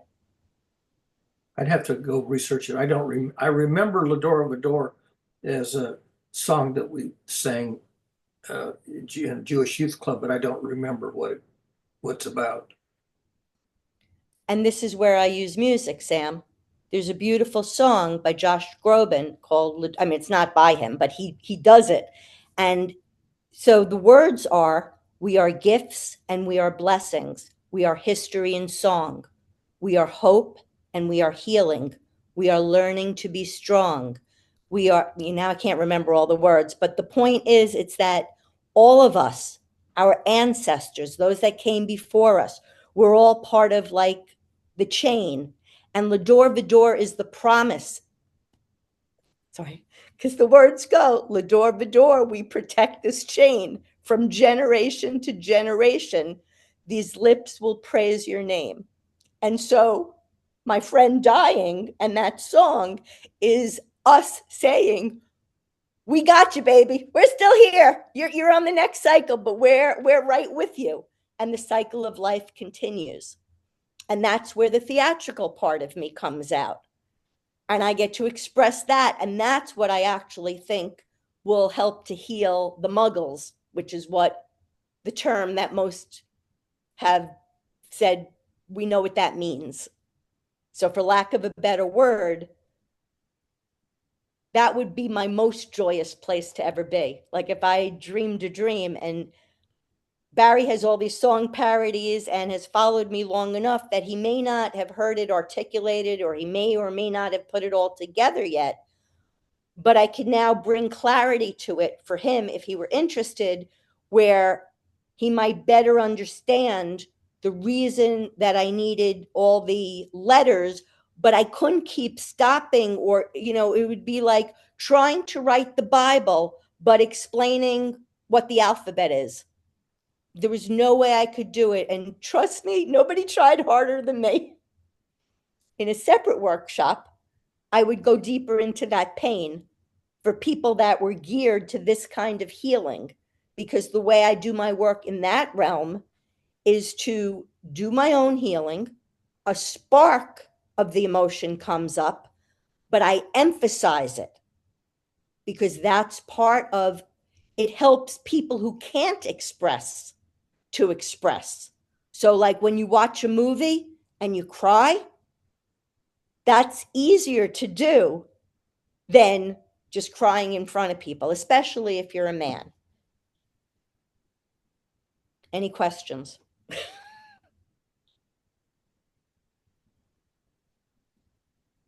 And that's a lot for me to soak in, but I think I followed you the entire way. So if I could just add that my hope, if we were to ever collaborate, or the way in which I've always wanted to collaborate, is that at some point there's another team, and it doesn't have to be just GCC. We could figure out how we want to do it. It could be something brand new where we together take these videos and we can produce it, but produce it not the way reality TV has done, where they make fools of people and it's all about getting eyeballs and the clicks and all that kind of mentality that has totally destroyed our society, totally destroyed it. So Trump is like he encapsulates that society and what media and technology have done to this point. I want to take that same know-how, because what I want to share with you is, other than his total lack of morals and integrity, I think his brain is as closest to mine as I've ever met in terms of our ability. So let me just say, I told you before that openness and adaptability are my superpowers and my Achilles heels. What I know about those archetypes now is that in its toxic form, it manifests in manipulation. So I have spent the better part of my learning journey trying to make sure to be open, transparent, not manipulate in any way, not do the things that Trump would be willing to do, because that direction, at all costs, they don't, at all costs. I want to play the game where the costs are important and the children are the most important. The problem is, if you play by your own set of rules, you're going to lose every time. You can't win in a game that's rigged. And those games are rigged. So I don't want to be part of them anymore. But I just want to share. So my jokes from back then, the campaign or the pitch or the shtick was that I was going to be the anti-Trump, because I designed for the politics at the moment, or the situation at the moment. So when I went back to that 2022 document that I'm going to share with you, I've now updated it. Even though I don't plan on doing anything with that part of it, I still updated it to reflect the time change and the space change, because that's also part of my thing. What's missing, that I use sound to help. Barry did, when ChatGPT first came out, Barry fed my notes into the chat. And I asked him, can you please ask it to write an allegory using my notes? Now, I just found this now. Barry did it. And he also wrote, and I have your comment, Barry, and this would be used. If ChatGPT could make sense of what you wrote, then it's 10 times smarter than I am. Well, it might be 10 times smarter than you are in that one emotional way. But my whole shtick is a computer. So it's like Team Human, okay? We're on Team Human. And I'm saying that a computer will never be able to do what my heart can do. So ChatGPT got it spot on. Spot on. Now, the way I would use that information in the learning, which is what I keep trying to say in a different group, trying to bring this message, use the AI to do the basic at start, but then stop. That's when we should come in, and I want to do it with conversations and humans to do the editing and the revising. And that's when we can talk about it and find where those differences are, because it's in those, and this is something that the man that died talked about. So it's like my work is directly building on his work, like directly. The same way when I met Barry, I felt that I could directly build on his work. He may not have seen it, but I knew where I was coming from. I'm done. Glad to see you back, Kayla. Thank you. Apologies in advance. I have to take a bio break.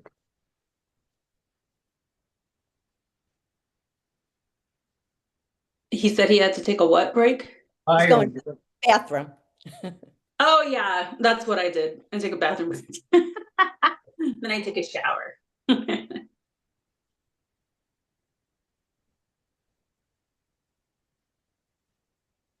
I did a lot of talking, so I don't want to talk. I want to leave room for you or Barry, because I don't think Josh is here anymore. Stacey, have you availed yourself of this AI companion feature on Zoom calls? No, because part of my thing is that I don't want to deal with the technology. My challenge to like I'm doing from before, like the land before time. So once in a while I have, because it's kind of easy if you want to look something up, but I'm trying not to engage in the technology myself. That's where I want to collaborate with somebody who that's their skill set. It's easy. It's like nothing. So I appreciate that people want to teach, but that's not something that, yeah. But why do you ask? Oh, because when I attend a correspondent who goes on for a great length and I get totally lost, if I can feed the transcript into ChatGPT, I can usually get out something that I can understand that makes sense. And it may or may not be a good summary, but at least it's something that I can reckon and understand. And I think that's a great thing. And that's my point. I think that's a good use for AI.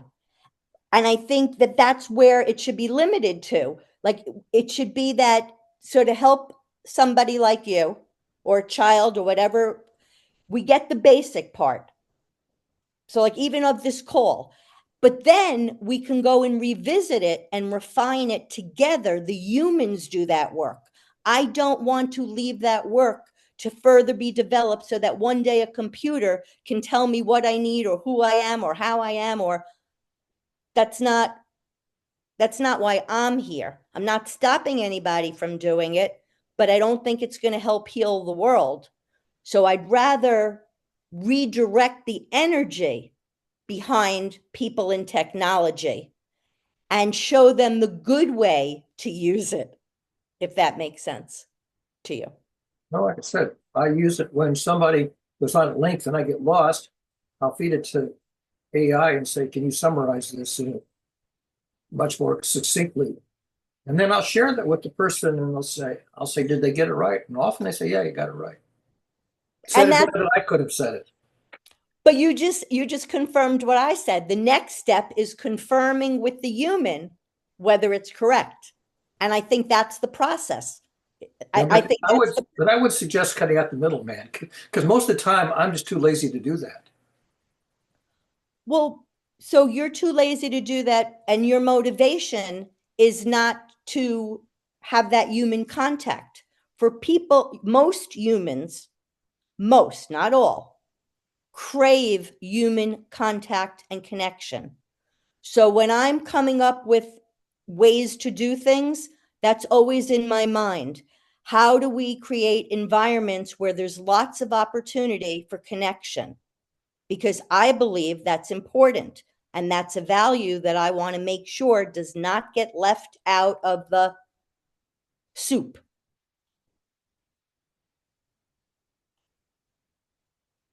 Does that make sense to you? I haven't processed it. Okay. Most of the stuff that comes past me, I don't process in real time because I don't have a very fast processor. But AI can process it at 10 times the speed. And then I can look at that and say, oh, I think I get what it's all about now. But it's too much work. It's an enormous amount of work to Right. take So somebody, to take a corpus of somebody's rant or, to you, it's a rant. well, whatever you want to call it. I don't even know what word to use. When we don't understand something, then It's just, we might, it's more than I can process. right. And And I like people who can take a lot of material and boil it down to something that I can understand. And most of the time that's not happening. And I know that I can take the material, give it to ChatGPT, and then take what I get back. But it's too much work. I'm too well, old. but that's perfect for you. Like that's where choice comes in. For you, it's too much work. You use the word lazy. I don't think it's lazy. I don't think there's anything wrong with that. It's so you shouldn't do it. And that's perfect. Don't do it. That's great. I think for me, I think it's better that you say, no, I don't want to do that. That's why at the beginning of that game, the one rule, there was only one rule. Don't do anything you don't want to do. That was my only rule. That was the only thing I said. Don't do anything you don't want to do. It doesn't matter why you don't want to do it. Or if you do it, yes, it does matter why you want to. You may want to because you want to be in whatever it is, it's up to you. But And in fact, most people took a buy and didn't do anything, and two or three people did something, and that was it. we're not talking about me right now. I use that as an example to connect with you, but that's in the past. Well, I'm that's in the the only present. example I have that where I saw that rule in action. It was a perfect example, and that's why I'm going with it. But what I want to glean out of everything that was just said, what I think is most important to everything we just said, is that you expressed your need, your desire, your stressors. I have a very good understanding that, but you got to say it and make it explicit. I'm trying to share back with you that I understand and that it's okay and you be you and that's it. End of story. I did want to just at least ask Kayla if she understood because I anticipate that Kayla will understand things that Barry can't. Oh There yeah, are things, there most are people things, understand there are things that I just can't process. And there are also things that Barry can understand that Kayla and I wouldn't be able to. It's a two-way thing, and it's not a question of one's better than the other. And that's the problem. We've assumed that one is better than the other. They're different. They're all valuable. They're all necessary, sometimes more than others, depending on the time and place and what you need. And the more accepting we can be of that, we're going to be better off, in my opinion.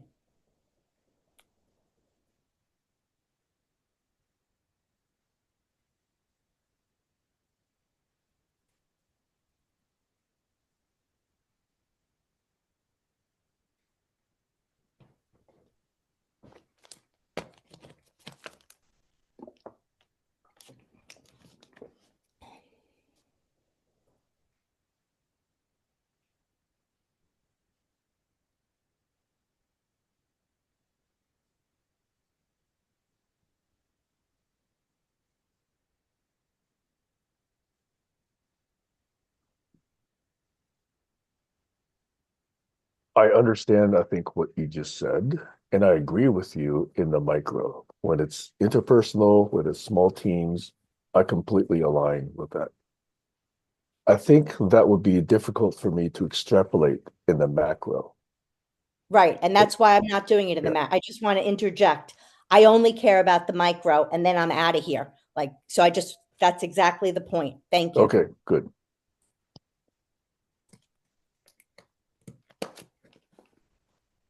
And by the way, a follow-up to that, much of what I'm concerned about, especially smart people problems, dumb people problems, are what blocks us from going macro.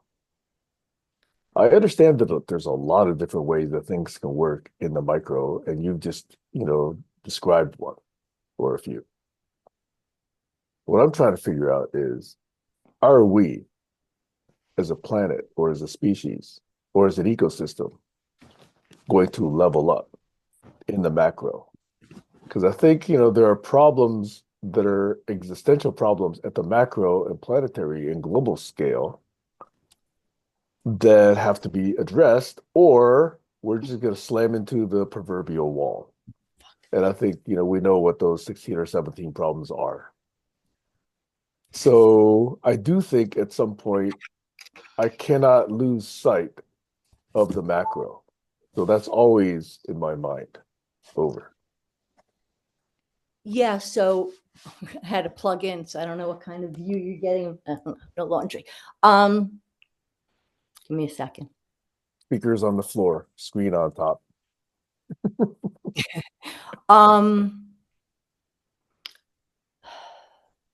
So I hear all your concerns and I understand.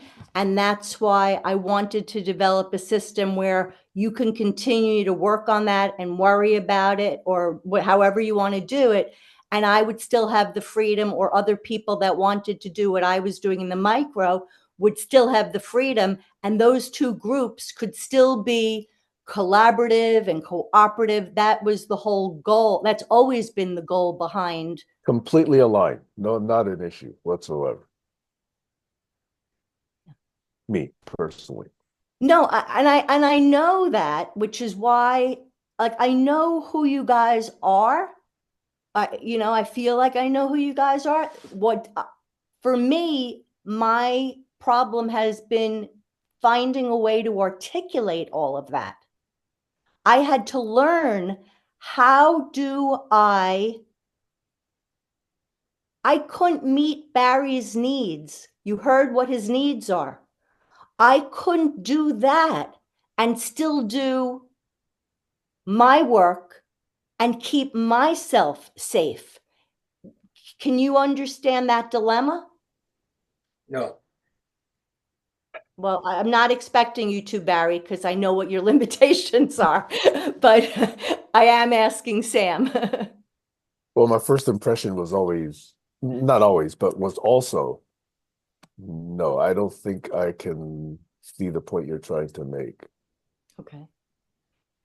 Man, Kayla, so go ahead, Barry. Went to AI Companion and I said to AI Companion, I can find where I put it. But was Kayla about to say something? Can you summarize Stacey's remarks in this session? And I got back 8 bullet points, which I pasted into the chat. And what I don't understand is that, why did I have to do that? You didn't have to do it. Who asked you to do it? I asked if you would do it, and you said no, you wouldn't do it. So I did it. You don't need it, because I don't need it. But I need it. Otherwise, I'm lost. here's I'm the just point. totally lost. So here's the point. It's my job to take care of my needs. It's your job to take care of your needs. Sam has to take care of his needs. Kayla has to take care of her needs. We need to do our own internal work and grow ourselves up. And we're all at different levels. I don't really want to spend my time at level 1 unless I'm literally with children. I want to be, the only time I want to be at level 2 or 3 is when I'm sharing and teaching and running things the way my workshops work. Other than that, if somebody's at a level 1 or doesn't have those skills, you have there's a different route. I'm not the one suited to help you that way. You know what you could count on me for? I will give you love. I will love you. I will be there if you ever need me. You can count on that. You could trust me for that. I will always be there. And anybody that's ever been my friend, I really think that they know that what I'm saying is the truth. And that's all I can do. I can only give you what I have to give. So I'll rely on AI then, I guess. That's up to you. Or you could just not be when that's what the conversation is about. We could find another place where you'll enjoy it more, which is really what I had always hoped to do, is put people where they want to be, where they're going to thrive. And actually, I was thinking of you. I do know something. It didn't happen yet, but there is a creative writing piece that's kind of fun that you might actually, it's just for fun though. And it's the parodies and the puns, and we could maybe use some of your work already. I know we can use some of your work already. And if you just want to sit and listen and be a viewer and enjoy it, that's fine. If you want to listen to the music, that's fine. But again, it's about choice. I don't have any desire to put demands on anybody in this present moment. Well, at my age, the only thing I want is to see if anybody wants to pick up where I left off and carry the ball over the goal line, because I didn't. So that's sort of what ignited all this when Stewart died. And I don't know, do any of you know Stewart I Levine? know Stewart is. Is anybody I know Stewart? You might know him. Stewart Levine. He is involved with Conscious Contracts. He's a OGM member. I wouldn't be surprised if you knew him, because he's connected to academic circles, but I couldn't say for sure. I may have been present in an OGM session, but I haven't been to OGM in years. So I may have seen him in an OGM session, but I don't remember any of that stuff at this point. Right. So I knew him from OGM, but actually I got to better know him in other, like at one point on OGM, I asked if anybody wanted to collaborate with something. And nobody, of course, was interested at the time. And then Stewart was, though. That's a whole story that's going to be, because I plan on, like the way Jerry makes these little like short podcasts, that's what I want to be able to do. I enjoy that. And these would be stories I would share. But for now, I'll just say that his passing was like a spark that ignited a number of things in a number of people. And yeah, so I get lost. I lost 6 people this year. 4 colleagues and 2 neighbors in the space of 8 months, 9 months. So I get lost. So now I get choked up. So all of my LPs have like a title. One of them is Good Grief.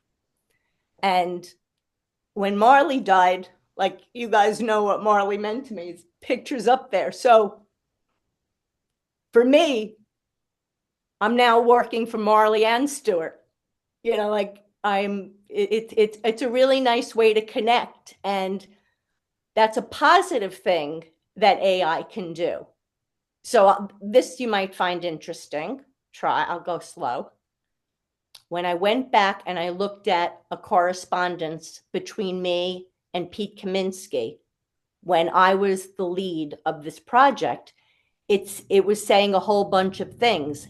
And coincidentally, it said, by the way, I'm meeting with Stewart at 3:00 for an idea I want to run by him. At the time, ChatGPT was just coming online, and I wanted to call in conversations or have the attractor be the conversation about AI, ethics in AI. And because we were talking about contracts and protocols and all those things, I said in the Marley piece of this project that one rule would be that you cannot ask ChatGPT to do something in the voice of somebody who is still living. That was the thing that I wanted to debate. I knew at the end of the debate which way I'd be voting, but I wanted to create a call where we're having that debate. So now that Stewart has died, that's not applicable. So now we can use AI to answer in his voice to know exactly how he would feel. And I already have gone through, because I would like to have like a virtual memorial service for him. I already found the clip where he says exactly that. You know, it's like the way I work is a combination. It's spirituality and music. And if you don't believe in spirituality, then I'm going to sound like a nut. I can't help that. I am who I am. I am an intuitive person. I'm not going to pretend I'm not.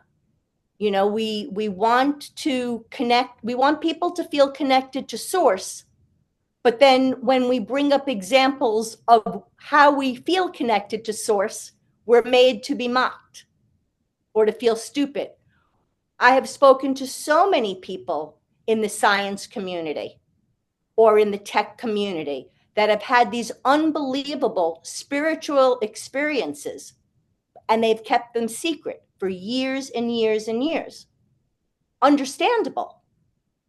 But that stops, at least for me. I'm done.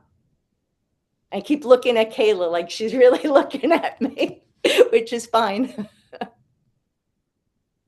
Fabulous shot. Say it again. It's a fabulous photo. Oh, yeah, it is a great photo.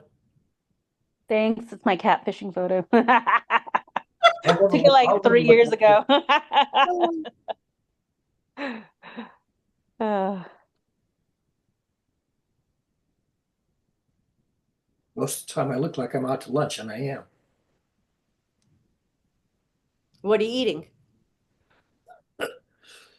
Crow. So, like Sam, this call could be diced up in so many different things for so many, like everything that Barry's saying, that's a different audience. Like, you know, and that's the beauty of what I've been trying to bring in that I think could be really powerful. Maybe Well- my audience hasn't been born yet. What hasn't been born yet? Maybe my audience hasn't been born yet. Well, what makes you think you deserve an audience? Maybe a little kid like me deserves one. I think everyone deserves an audience. The thing is, maybe I'm writing for the future people and not for the people who live today.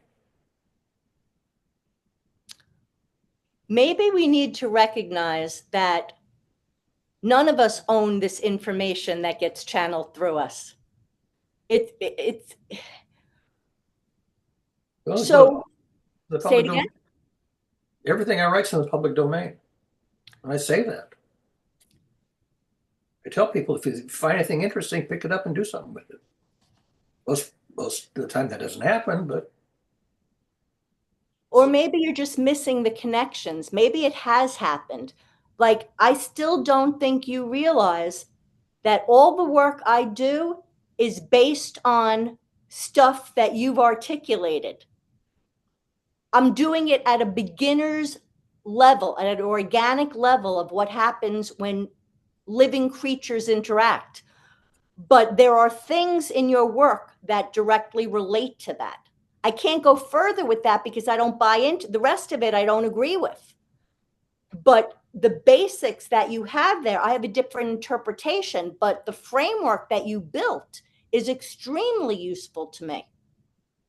And I don't know where Jen is, and I didn't read her comment because I actually said, does Barry know? But I didn't ask for permission to tell you. But she's obviously on to something now that builds on your work because she reached out to me. She wants to write a textbook for Oh, teaching. Yeah, she's thinking about planning to write a textbook for the teachers, middle school and high school teachers that present some of the material that I've written about professionally, but write it for that audience. That's her current goal. And something that I asked her, if she was a book editor for a long time professionally. So, and will that come to pass or not? Well, maybe it will, maybe it won't, but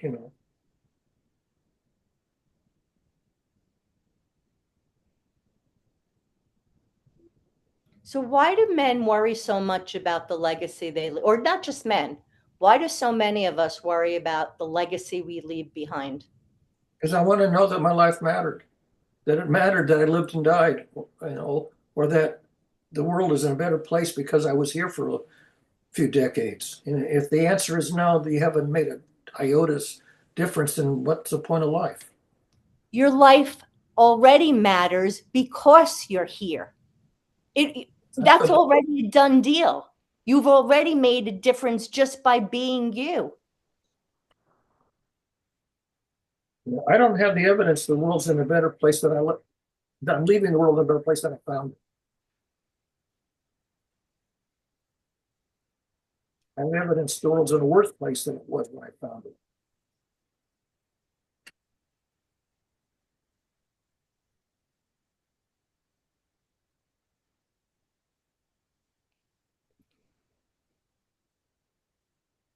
Sam.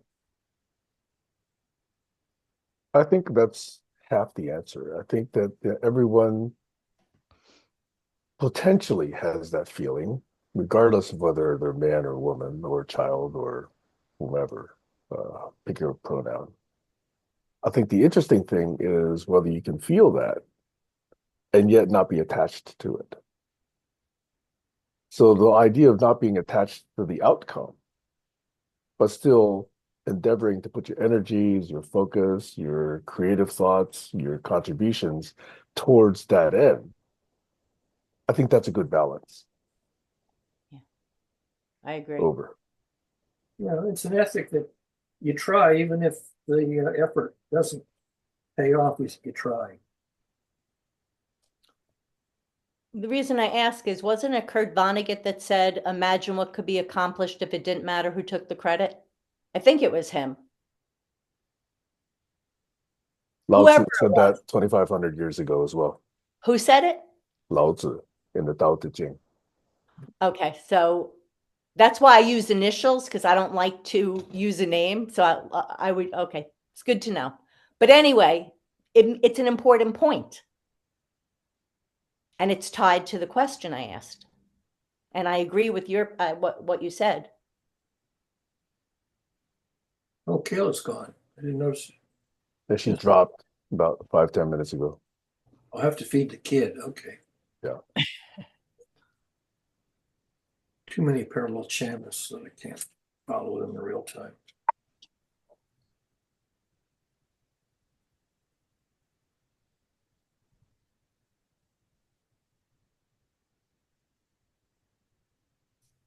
So this idea of creating derivative works, which is my terminology for what you described, Stacey, is the reason why I've been so persistent about making sure that these conversations are recorded ever since they started way back in 2017. Because I know for good or for bad or for, whatever, okay, all of them have some potential value. Either you're sharing something that's positive or you're setting a bad example that other people can learn from, okay? Both could be taken that way. So that's why I think, the raw record is the raw record, and unless it's corrupted and bastardized, it's all usable for other useful derivative works. You think anybody's going to learn from Trump's bad example? Many people are already learning from his bad example. Yeah. The problem is not enough and not in sufficient time, in my opinion. Yeah. I talked about voters' remorse, and some people thought that there wasn't going to be any voters' remorse. I was hoping there would be some. I'm kind of convinced that voters' remorse is a journalistic construct, that liberals and progressive media try to sell us. I don't think that the maggots are remorseful at all. They don't even understand what's happening to them, in my opinion. Well, they may be shocked at what's happening to them and realize that not good things happened. but they may not know why it didn't turn out as rosy as. They're going to explain it as, oh, well, Trump couldn't do what he wanted because the Democrats blocked him. There's going to be some story like that. It doesn't really matter what the actual cause is. They're just going to spin the story again just so that their God is their God. I've seen too much of it already. I saw a I'm podcast. sorry. I saw, I'm about, go ahead. forget it. Not important.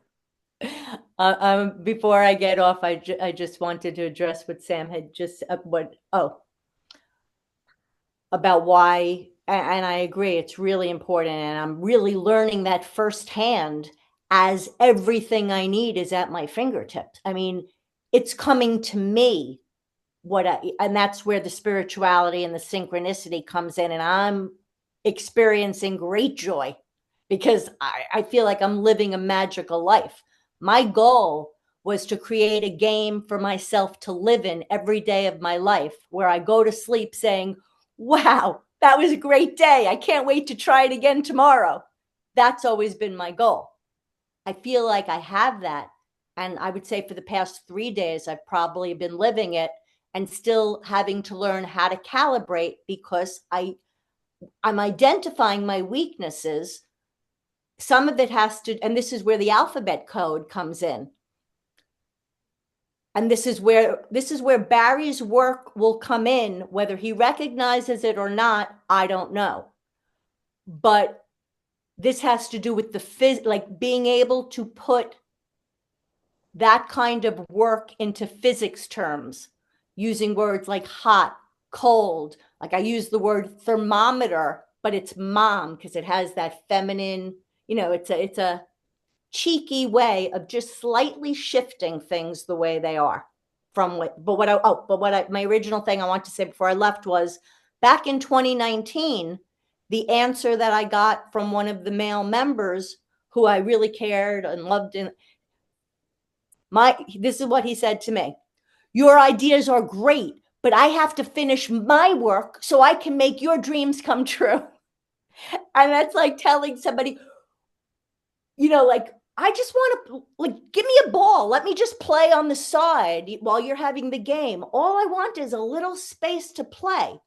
Now, 2 years later, having grown and evolved and everything I've said earlier, I'm just playing it. If you want to come, you could play, and that's what I'm trying to do. And there are going to be times where I'm going to get like with the bluntness. There are going to be times where I'm going to walk away and I'm going to feel real anxiety and I'm going to feel shame and I'm going to feel guilt and I'm going to have to work through that process. And I do like to work out loud, but I'll do that where I'm running a workshop for other people who want to do the same work where we can do it together and I can just facilitate the group by modeling it first and then they go and I become student, but I'm learning. So like I'm learning, Stacey needs to slow down because I want to get to the top as quick as I can. That I learned that from you guys, from the masculine energy taught me, get there as fast as we can, be the most productive, work as hard as you have to. And I'm trying to throw all those things away. Play as freely as you can. And naturally you're coded to, if you follow your joy, you're actually going to be more productive than if you're miserable. Like all those things are a part of this very complex idea that I have, that there's no way, unless I show you and I demonstrate it, I can't expect anybody to be able to understand that. And I know that. So I said earlier how I was like Trump. The difference is Trump could tell people what to do and they're going to do it. He had that power. Stacey didn't have that power, so she was constantly trying to convince people, this is why I think you'll like it. This is why. Who the hell could do that? Like, could you imagine if you had, it's just, anyway, that was my personal journey.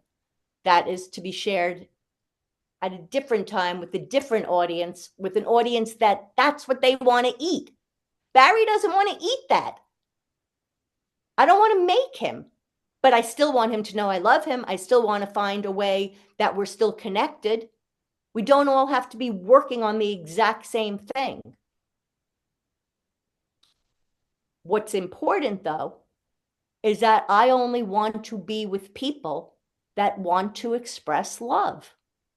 And everybody that I know that I'm with falls into that category. Even if they never want to do another thing, I still know that's where their heart is. And that's all that matters to me. I don't care about anything else. And I think I'm going to let you process that. And if you want to reach out to me sometime this week or whatever, and maybe talk a little bit more about any possible collaborations, I would really love that. And either way, I hope that this video will be available to me. Not that I necessarily care if it's up, but available, because I will be able to find somebody that will help me pick out the pieces. And I'm assuming that even though we don't have any written protocols, that this work that we just co-created is as accessible to me as it is to you or Barry or anybody that contributed. But that's an assumption you'd have to confirm for me. I think you feel that way. I hope you feel that way, but I'd like to hear it. It was stated explicitly multiple times in the past few years. But yes, these are Okay. all meant to be used by all the participants. Perfect. Awesome. That makes me very happy, because one of the other things that really hurts Stacey is being accused of assuming something. But I'm usually pretty good, so that's why I do it. See you later. Thank you. I really appreciate being here. I appreciate all of you. All right. Have a good rest of weekend. If I Okay figure for out now, Barry? Yeah, I think we're done. Okay. Ta-ta. Ta-ta.